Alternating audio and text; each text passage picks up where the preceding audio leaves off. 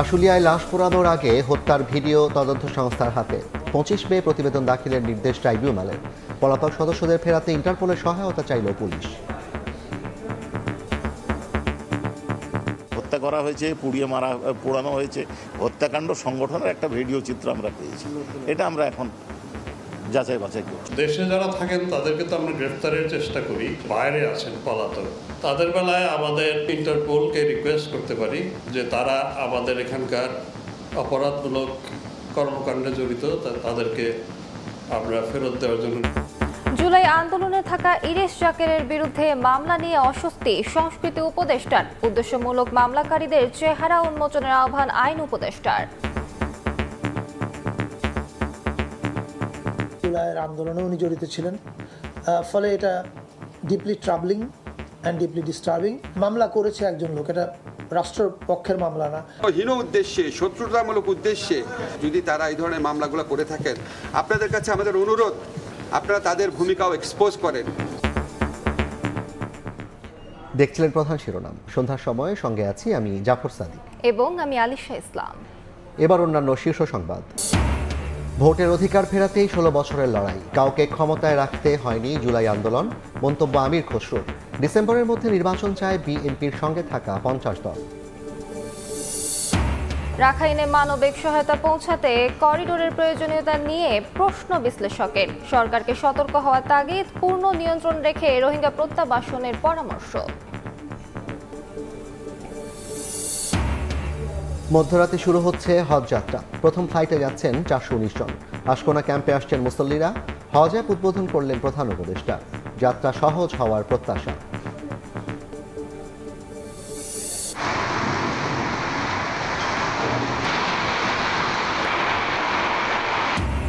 Jessore 180 kilometre বেগে কালবৈশাখীর আঘাত, লন্ডভন্ড গাছপালা, ফসল ক্ষতিগ্রস্ত ঘরবাড়ি। ফরিদপুরে শিলাবৃষ্টি, বজ্রপাতে 2 শিশুসহ 7 জেলায় 12 জনের মৃত্যু।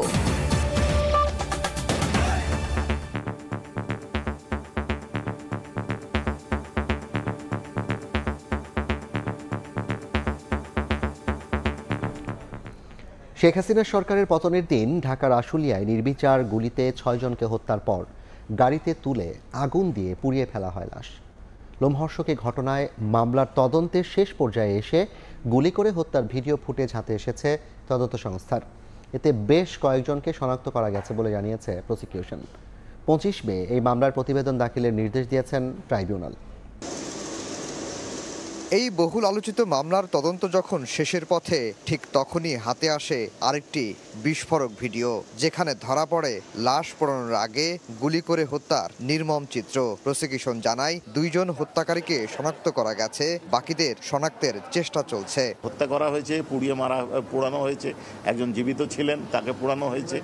এখন আমরা যেটা পেয়েছি সেটা হচ্ছে যে হত্যাকাণ্ড সংগঠনের একটা ভিডিও চিত্র আমরা পেয়েছি। এটা আমরা এখন যাচাই বাছাই করছি। নতুন করে শনাক্ত হওয়া হত্যাকারীদের দ্রুত গ্রেফতার করে ট্রাইব্যুনালে হাজির করা হবে বলে জানায় প্রসিকিউশন। আশুলিয়ার এই মামলার তদন্ত রিপোর্ট জমা দেওয়ার দিন ঠিক করা হয়েছে 25 মে। তদন্তটা আমরা মূলত করি, তার সাথে পারপেট্রেটর যারা আছে, যারা হত্যাকাণ্ড সংগঠন করে বা অন্যান্য অ্যাট্রোসিটির সাথে জড়িত থাকে, তাদের বিষয়টা আমরা তদন্ত করি। এখন তদন্ত একটা চলমান প্রক্রিয়া।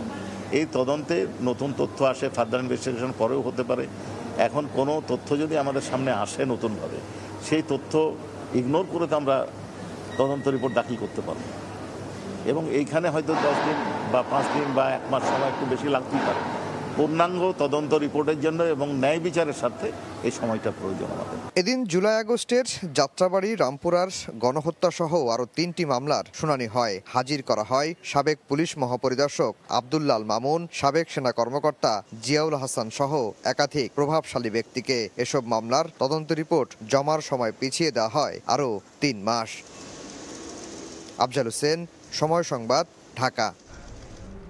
নারায়ণগঞ্জে মাদ্রাসা ছাত্র সুলাইমান হত্যা মামলায় সাবেক আইনমন্ত্রী আনিসুল হকের 4 দিনের রিমান্ড মঞ্জুর করেছেন আদালত। বিকেলে জেলার সিনিয়র জুডিশিয়াল ম্যাজিস্ট্রেট আদালতের বিচারকে আদেশ দেন।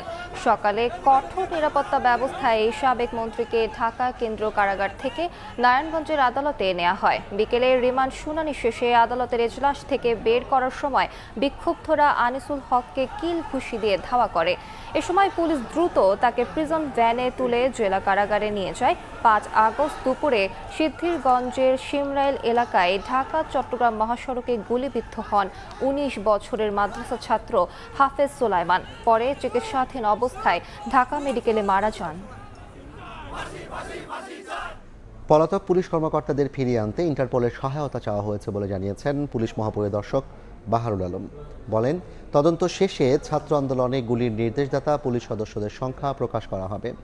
দুপুরে রাজধানীর ফরেন সার্ভিস একাডেমিতে সংবাদ সম্মেলনে একথা বলেন তিনি। বলেন, অভ্যুত্থানের পর 1500 মামলা হয়েছে, যার মধ্যে 600 হত্যা মামলা।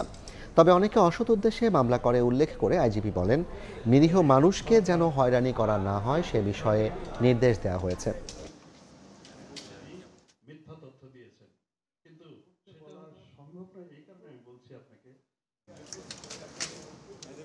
দেশে যারা থাকেন তাদেরকে তো আমরা গ্রেফতারের চেষ্টা করি, বাইরে আছেন পলাতক, তাদের বেলায় আমাদের ইন্টারপোলকে রিকোয়েস্ট করতে পারি যে তারা আমাদের এখানকার অপরাধমূলক কর্মকাণ্ডে জড়িত তাদেরকে আমরা ফেরত দেওয়ার জন্য রিকোয়েস্ট পাঠাই। এই প্রক্রিয়াটাই আমরা শুরু করেছি।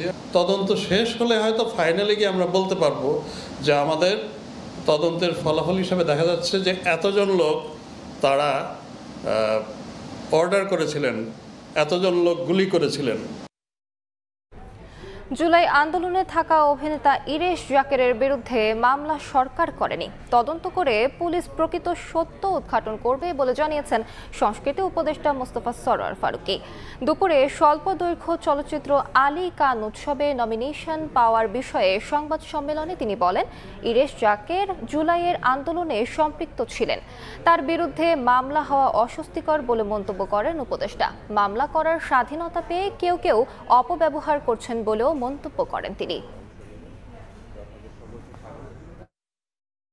জুলাইয়ের আন্দোলনে উনি জড়িত ছিলেন, ফলে এটা ডিপলি ট্রাবলিং অ্যান্ড ডিপলি ডিস্টার্বিং।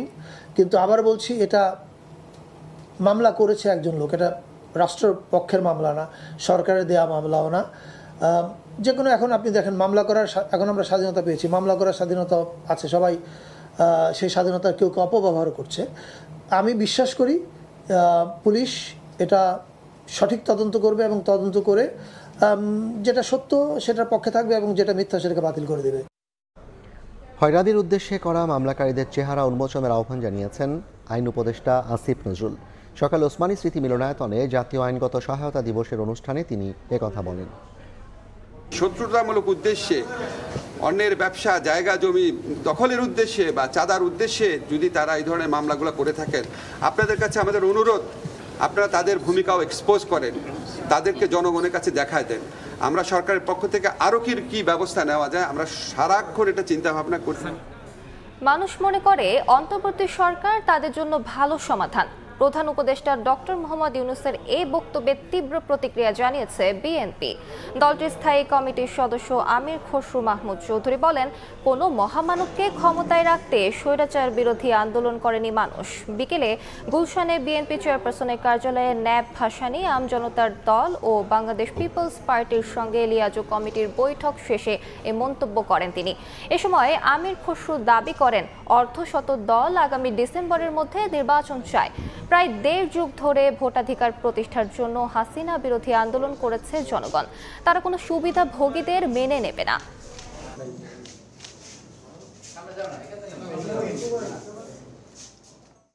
আমাদের সাথে যারা রাস্তায় ছিল, ইতিমধ্যে প্রায় 50টি দল পরিষ্কারভাবে ব্যক্ত করেছে ডিসেম্বরের আগে নির্বাচনের জন্য। কোনো মহামানবকে বাংলাদেশের দায়িত্ব দেওয়ার জন্য বাংলাদেশের মানুষ নির্বাচনে, এই বাংলাদেশের মানুষ আন্দোলন সংগ্রাম করে নাই, ত্যাগ স্বীকার করে নাই।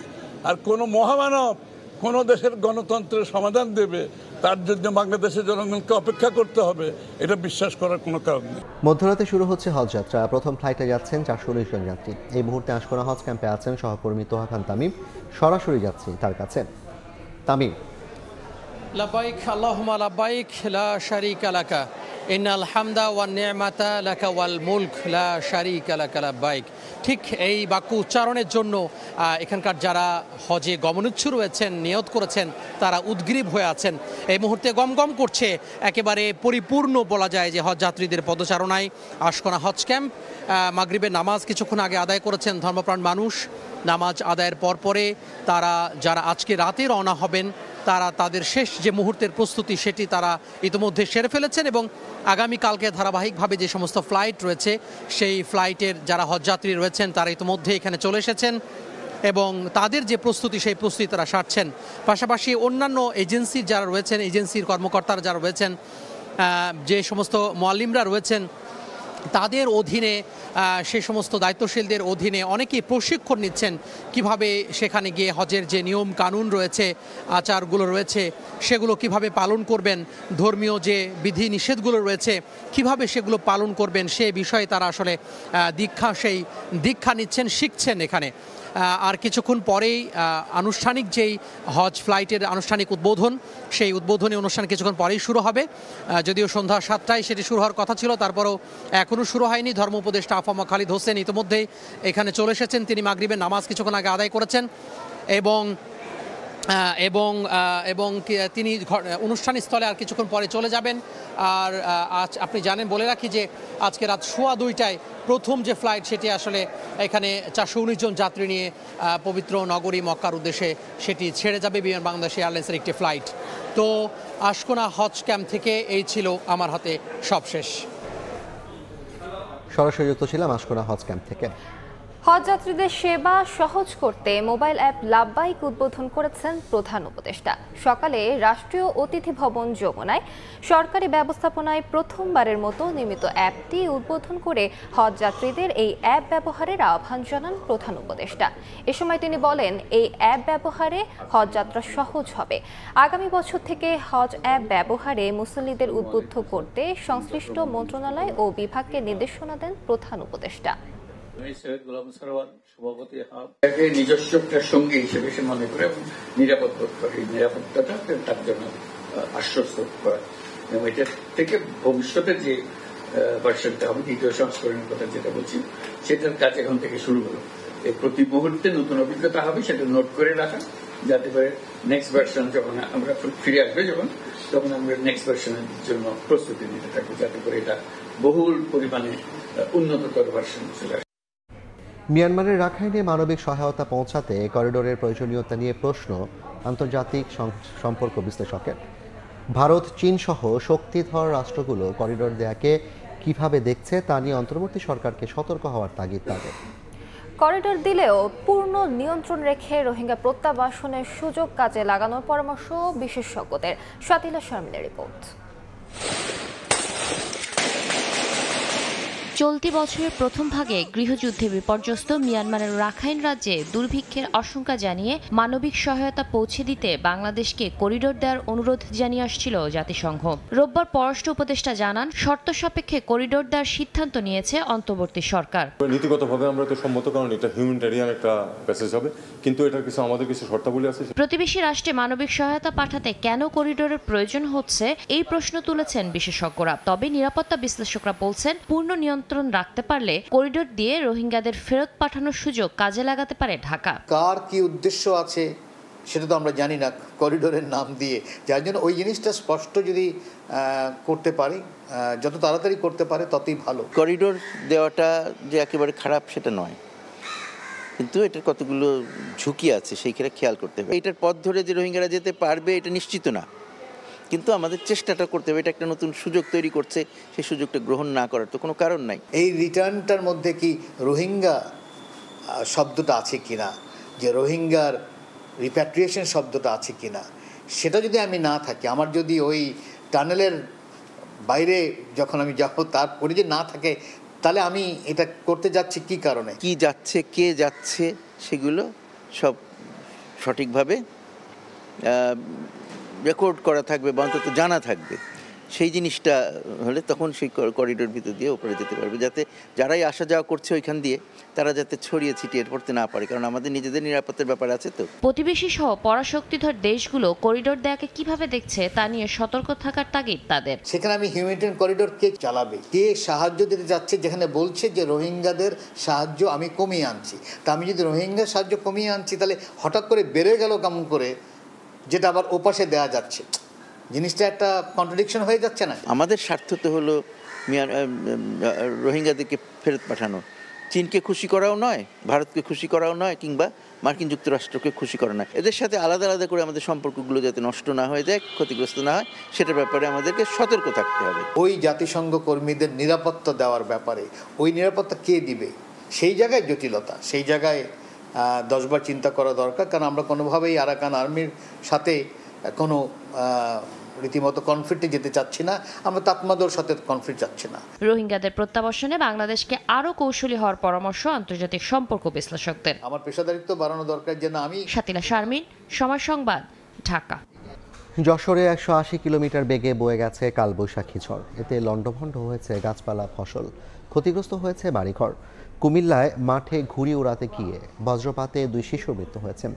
এ নিয়ে 8 জেলায় বজ্রপাতে মারা গেছেন 13 জন।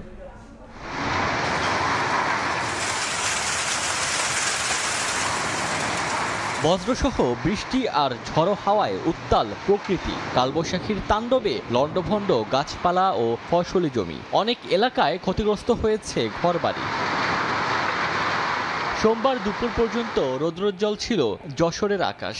হঠাৎ কালো মেঘ ছেয়ে যায়, এরপরই আধা ঘন্টা চলে তুমুল বৃষ্টিপাত, সঙ্গে শিলাবৃষ্টি। কালবৈশাখী ঝড়ের এ তাণ্ডব চলাকালে বাতাসের গতি ছিল 180 কিলোমিটার। ধান খেতে পানি উঠে পড়ায় আর্থিক ক্ষতির মুখে কৃষক। এদিকে শিলাবৃষ্টি হয়েছে ফরিদপুরেও। বোয়ালমারী ও সদর উপজেলায় দুপুরে শিলাবৃষ্টির সঙ্গে ঝড়ো হাওয়া বয়ে যায়। এতে কোনো ক্ষয়ক্ষতি না হলেও সাময়িক ভোগান্তিতে পড়েন বাসিন্দারা। ইউক্রেনে 3 দিনের একতরফা যুদ্ধবিরতি ঘোষণা করেছে রাশিয়া। সোমবার বিকেলে রাশিয়ার প্রেসিডেন্ট ভ্লাদিমির পুতিন ঘোষণা দেন 8 মে রাত 12টা থেকে 10 মে রাত 12টা পর্যন্ত যুদ্ধবিরতি পালন করবে মস্কো। দ্বিতীয় বিশ্বযুদ্ধের সমাপ্তির 80 বছর উপলক্ষে এই সিদ্ধান্ত নেওয়া হয়েছে বলে জানিয়েছে বিভিন্ন গণমাধ্যম। এই দিনগুলোতে রাশিয়া 1942 থেকে 1945 সাল পর্যন্ত দ্বিতীয় বিশ্বযুদ্ধে জার্মানির বিরুদ্ধে যুদ্ধে অংশ নেওয়া দেশপ্রেমিকদের স্মরণ করে থাকে। রাশিয়ার মতে ওই যুদ্ধ ছিল তাদের অস্তিত্ব রক্ষার সবচেয়ে বড় সংগ্রাম। এর আগেও ইস্টার সানডে উপলক্ষে একদিনের যুদ্ধবিরতির ঘোষণা দিয়েছিলেন পুতিন, যদিও মস্কোর বিরুদ্ধে যুদ্ধবিরতি লঙ্ঘনের অভিযোগ এনেছিল কিয়েভ। এ ছিল সন্ধ্যার সময়। সঙ্গে থাকুন সময়।